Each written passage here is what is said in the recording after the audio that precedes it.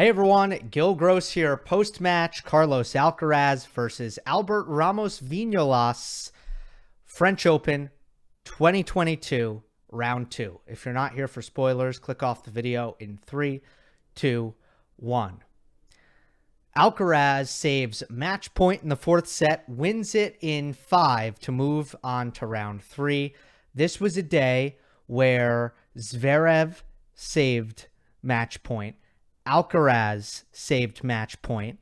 If both of those points went the other way, Cam Norrie and Karen Khachanov would be the top seeds in that quarter, and they're playing in the third round. So one of them would have been out of there. It would have been, maybe Isner or Korda as far as seeded players go. And maybe Sebastian Baez had he beaten Zverev in that match. I mean, it would have been chaos in that quarter, but both Zverev and Alcaraz did survive. Of course, the focus of this video will be the Alcaraz win, a match that's very difficult to summarize, very messy, lots of momentum swings. But I guess the thing that I was most impressed with, and the thing that I thought was most important for Alcaraz's performance, was his physicality, were his legs. His legs and his athleticism were the thing that I think brought him over the finish line and enabled him to win this match in two respects. First I want to talk about the speed, because this was a match where Alcaraz got in his head in terms of winning big points and converting on break points. And had Ramos converted the match point, he would have won the match despite having won less total points, which is always a case of one player's winning all the important points. And Ramos was for the better part of sets 2, 3, and 4. So break points were a big challenge, but Alcaraz won 2 very important 30-40 break points in the 5th set. One of them came with Ramos leading 3-1, and the other one came at, I believe it was 4-all, with obviously the 5th set, the outcome of the 5th set, hanging in the balance. And the way Alcaraz won both of these points were silly, stupid, ridiculous, incredible, superlative speed, passing Ramos at net, despite Vinolas having easy putaways, just easy. He's going to win the point.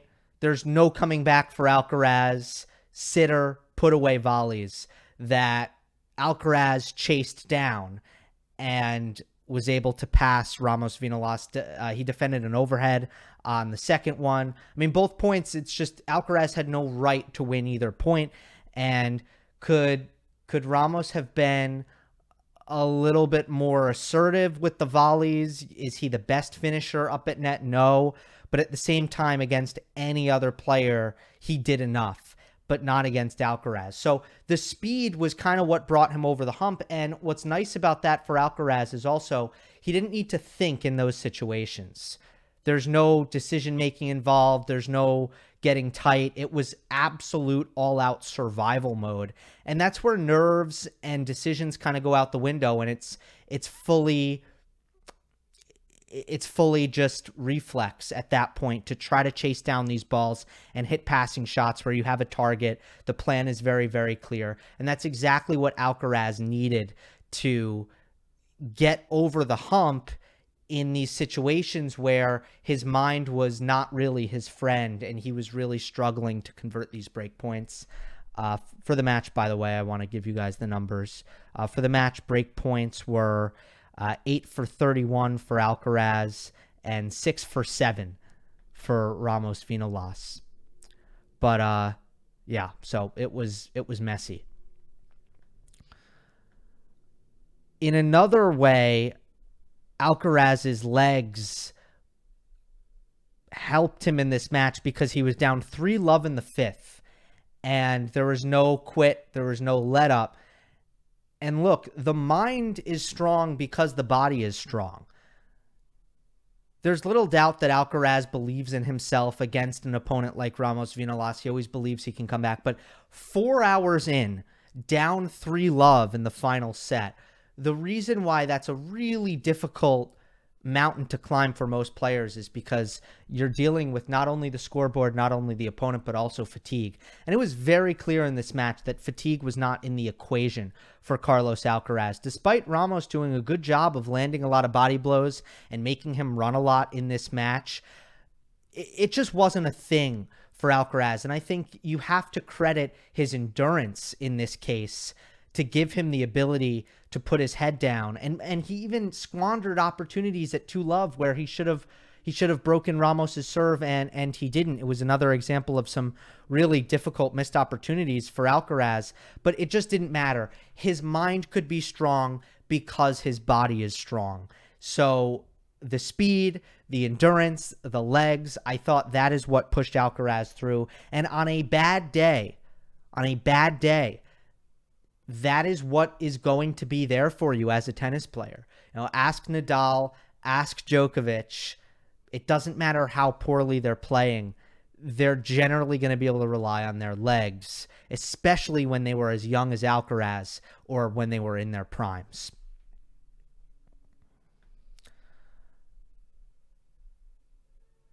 Let's just talk about the closing moments real quick as well. Ramos Vinolas on the match point. He got tight, missed a first ball forehand. It hit the tape.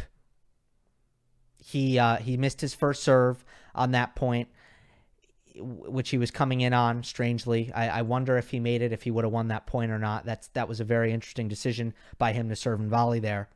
I don't recall him serve and volleying at any point in the match. And then on the next 2 points, Alcaraz did better to work the point. He made Alcaraz do a little bit more, but still 2 more Ramos Vinolas errors. And Ramos didn't get to that point by missing. He got to that point by staying extremely, extremely steady. So were there nerves coming into play and tightness on the ground strokes? I think so, absolutely. But Alcaraz, as we talked about already, he struggled in the high pressure moments as well. What allowed him to close was the first serve clicked. So that's the other thing you need to shout out for Carlos is he hit 3 aces to serve out the match at 5-4. And he hit 100 first serves in the match, ended with 10 aces. So that means through I think like 96 first serves, he had 7. And then he hit 3 out of the next 4 as aces. Incredible. So that was big for Alcaraz because the way that 5th set was going, break, back and forth, something needed to buck the trend. And it was the Alcaraz first serve. For the first time in the match, really taking over. And by the way, Alcaraz's first serve speed up 5 miles per hour from his average through 4 sets in the 5th. 5. Again, is he an alien physically?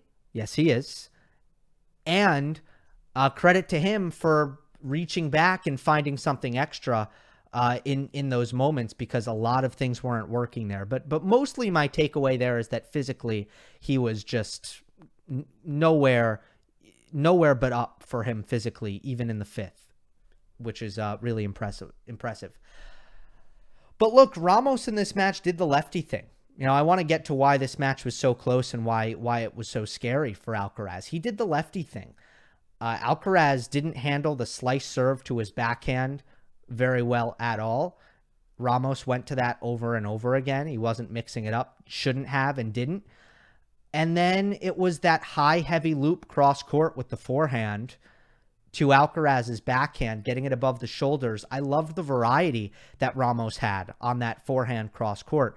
Sometimes he'd go high, heavy loop. Sometimes he'd go short, sharp cross court angle. And it was really messing with Alcaraz in terms of the contact points that he was dealing with on his backhand. The high heavy loop gets up above his shoulders, forces him to take it on the rise, which is difficult on clay. He missed a lot trying to do that. If he gets it over the shoulders, it does sap the power on Alcaraz's two-hander. And then on the sharp cross-court angle, you deal with the opposite problem when it comes to contact point. It gets low on Alcaraz. Carlos is very hesitant to slice the ball, and you have a court position issue where Alcaraz is pushed off the court. And between the court position problem and the fact that he doesn't want to hit a slower shot generally, he doesn't want to slice, and he doesn't love, he didn't really want to take the pace off and hit the sharp cross-court angle back. It was tough for him to recover in those points, and Ramos Vinolas really hammered the backhand in a lot of ways with great success. Alcaraz's backhand, it lacks margin, and it was one of the first things that I thought would be a frequent weakness for Alcaraz, and it hasn't really played out that way, but it missed way too much in this match. There were far too many backhand misses. First of all, on the return, and Alcaraz's serve averages about 10 miles per hour faster than Ramos Vinolas. He mixes up spots more. He has a better slice serve and a better, flat serve. Vinolas really does have that clay quarter start the point serve. But if you look at missed returns in this match, Alcaraz missed more returns than Ramos Vinolas, and I don't think that should be the case. But it came down to Ramos Vinolas's lefty slider serve to the Alcaraz backhand, and Alcaraz missed way too many backhand returns. If you want the numbers, here they are. See, if you look at aces, 10-2, Alcaraz, 10-2. If you look at service winners, 24-24. Not to mention 7 return unforced errors by Alcaraz, 2 return unforced errors by Ramos. So who is missing the returns? Alcaraz. Who hits a bigger serve? Alcaraz. The backhand return has to be better. Missed way too much if you are Carlos Alcaraz. It was one of the main frustrations, I think, for Charlie. And then from the baseline, I also thought Carlos missed too much. He had 8 winners to 16 unforced errors on the backhand. And look, on clay against a great mover, it's going to be hard to have a positive ratio on that. You're going to force some errors, and hopefully you have a positive ratio finishes to unforced errors, which Carlos did. But 8 winners to 16 unforced errors on the backhand for Alcaraz. Compare it to the forehand, 18 winners to 22 unforced errors. It's not a positive ratio, but it's close. And then you add all of the forced errors in there, and now you have a shot that I think is working well. And I didn't think it was a good forehand day for Alcaraz after the first set, but somehow the forehand misses just didn't bother me as much. It's a high risk, high reward thing, and the forehand is potent enough that if he lands it, it's going to have a big impact on the match, where the backhand on clay, especially, I just felt like it was a net negative. And when I talk about margin on the Alcaraz backhand, I'm talking about the net clearance, which sometimes he'll put some air under it and add some topspin. I thought he should have done it more in this match than he did. But usually it's somewhat flat. It's low to the net, close to the net, and it's fast. And he's taking it on the rise a lot of the time instead of on the fall. So I thought he missed a lot in the net and long, because he just couldn't get that distance right, because it's a flat stroke that he's taking on the rise, and he's trying to hit really, really fast. And that's just a high-risk concoction that led to a lot of mistakes and errors, and Ramos Vinolas was loving it I'm going to go high, hard, loopy to the backhand over and over and over again. And by the way, with Alcaraz moving the ball around a ton, I didn't think that Carlos was really doing anything to avoid that pattern. The way you avoid that pattern would be to get it to Ramos Vinolas' backhand yourself to try to attack that side. But no, I didn't feel like there was enough pattern changing by Alcaraz on the backhand, maybe until the 5th set when he started to do it more. I didn't think that I thought that there were probably too many needless and pointless forehands down the line that allowed Ramos Vinolas to get into that cross-court rally on the ad side. So I thought while Ramos had a focus in the baseline rallies, Alcaraz was still in a mode where he was accepting any and every pattern. So that's why I thought it was close. I do want to highlight the 2-all game in the second set. For example, 2 backhand. It's Alcaraz wins the first set 6-1. Now he has 15-40 double break point in the second set.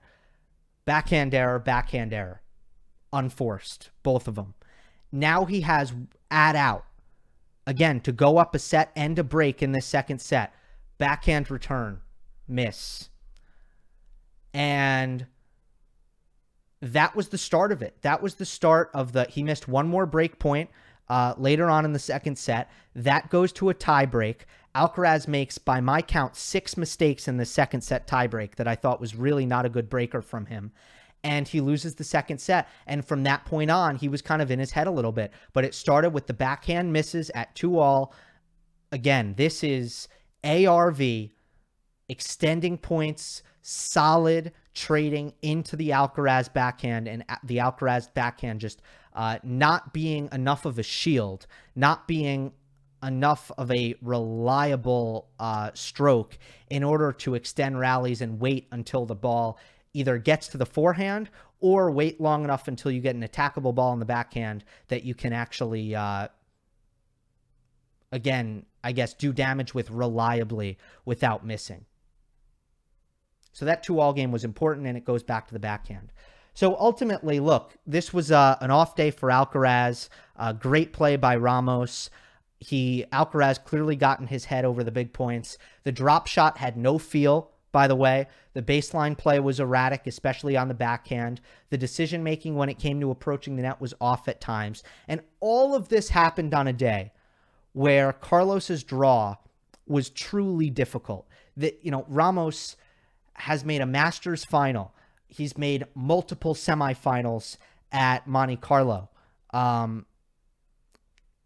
He is a tough second-round draw at Rpland Garros on the clay.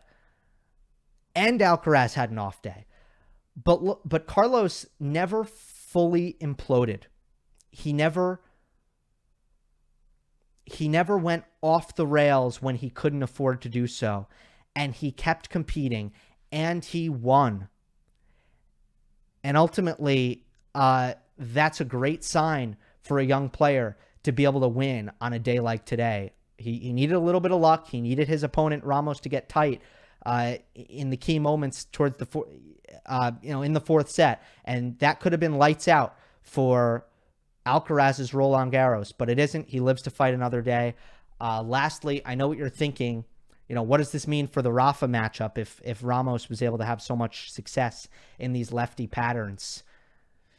It means that Carlos is going to need to have a much better backhand day if we do get that semifinal. Hope you enjoyed. Don't forget to subscribe. I'll see you next time.